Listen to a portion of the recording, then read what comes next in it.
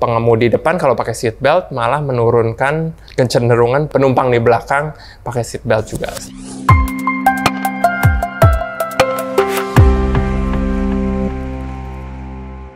Jadi nama saya Edward Sutanto, saat ini saya mahasiswa S3 di Universitas Oxford yang sedang mengerjakan penelitian di Oxford University Clinical Research Unit. Saya dokter umum sebelumnya, tapi sempat mengambil S2 di Public Health. Untuk spesialisasi sih mungkin lebih ke riset gitu ya, riset Public Health.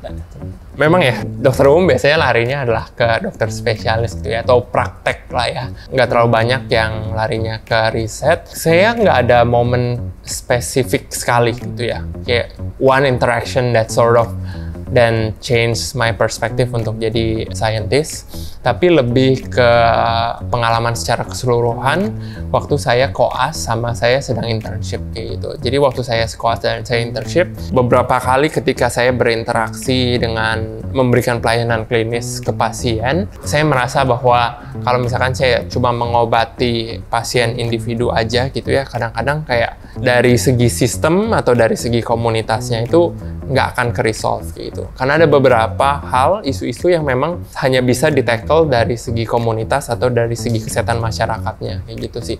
Itu yang akhirnya membuat saya akhirnya dari yang ke klinisi, tapi lebih ke riset-riset yang saya harap bisa berdampak ke kesehatan masyarakat. Menurut saya sih banyak banget kadang-kadang tantangan yang kita alami yang sebelumnya bahkan nggak terpikirkan waktu kita melakukan pembuatan proposal atau waktu kita melakukan planning atau persiapan dari riset tersebut kayak gitu. Memang baik dari persiapannya sebisa mungkin harus matang, tapi kedua misalkan ada tantangan-tantangan tertentu maka harus bisa dinamis untuk bisa menghadapi tantangan tersebut. Jadi misalkan penelitiannya ternyata sampelnya tidak cukup atau isu-isu lain kayak gitu, maka dicoba dicarikan alternatif-alternatif lain. Misalkan sampelnya nggak cukup, apakah ada metode lain untuk mengumpulkan sampel yang lain, atau misalkan adakah metode atau uji statistik lain untuk menghadapi kesulitan sampel ini, misalkan seperti itu. Saat ini penelitian saya berhubungan terkait penularan hepatitis B dari ibu ke anak, jadi vertical transmission itu, dan dalam hal ini adalah OCRU atau Oxford University Clinical Research Unit berkolaborasi dengan Summit Institute for Development saat ini sedang mengimplementasikan suatu proyek team-based care atau pelayanan kesehatan berbasis tim untuk menangani transmisi vertikal dari hepatitis B. Jadi itu proyek utama yang saat ini sedang saya support sebagai bagian dari penelitian S3 saya. Kurang lebih saya udah sekitar 4-5 tahun ya mulai berkecimpung benar-benar buat riset, bikin peer review artikel dan lain-lain itu. Secara umum topiknya ada 2 atau 3 yang besar. Satu, waktu saya sempat kerja selama 1 tahun di Amerika itu, saya sempat berkecimpung di penelitian tobacco control atau kontrol terhadap rokok dan sebagainya. Selain itu juga saya juga sempat melakukan penelitian terkait penyakit infeksi, terutama untuk konteksnya ibu dan anak. Jadi waktu itu kan di US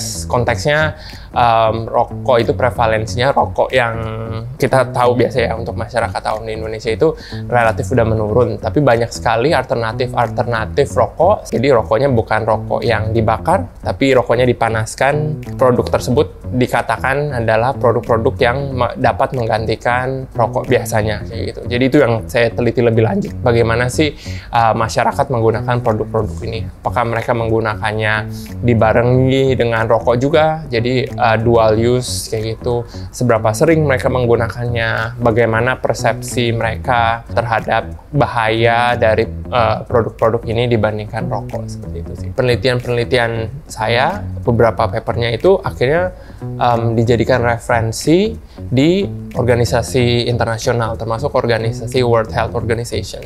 Jadi saya pernah baca report yang dikeluarkan World Health Organization terkait novel alternative tobacco product itu, kemudian mereka mereferensikan paper-paper yang saya buat kayak gitu. Jadi ini yang namanya, maksudnya paper saya itu bahkan menginformasikan dari expert di global ketika mereka mensintesiskan suatu up-to-date information berasal dari sana. Jadi itu menurut saya juga merupakan suatu perubahan, karena itu berarti bisa membantu agenda setting bahkan organisasi internasional dari WHO.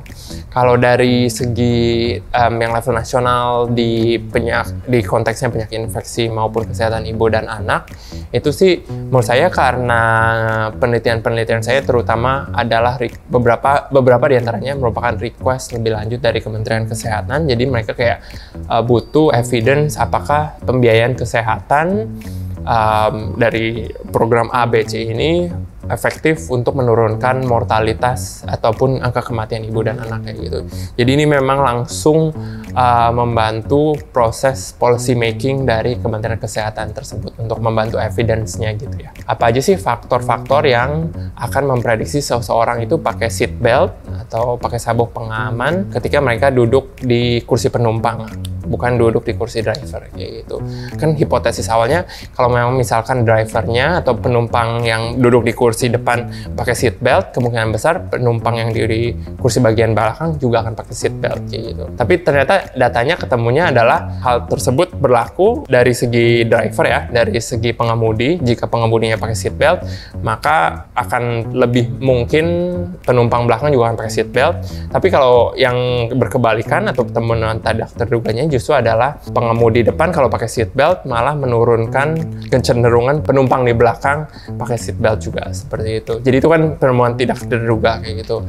Untuk mengatasinya sih justru perlu penelitian lebih lanjut lagi sih.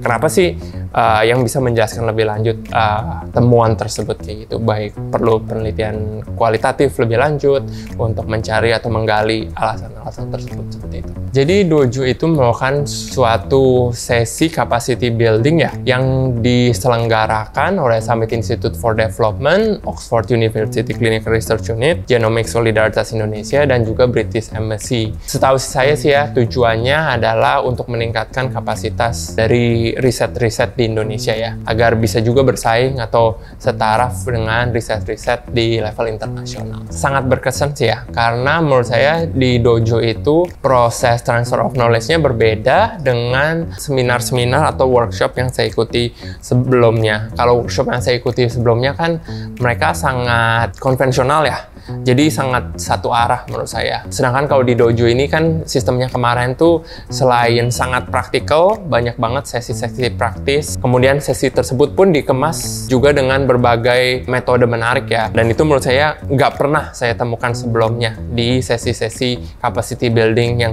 pernah saya ikuti, baik mengikuti seminar ataupun mengikuti workshop selama ini. Saya mau menjadi peneliti yang independen, peneliti yang bisa memasukkan funding proposal lebih lanjut, dapat funding untuk dibiayai untuk melakukan penelitian saya sendiri sih. Sains dan penelitian ilmiah itu merupakan fondasi dari perkembangan ya atau peningkatan kualitas manusia dan komunitas itu kayak gitu.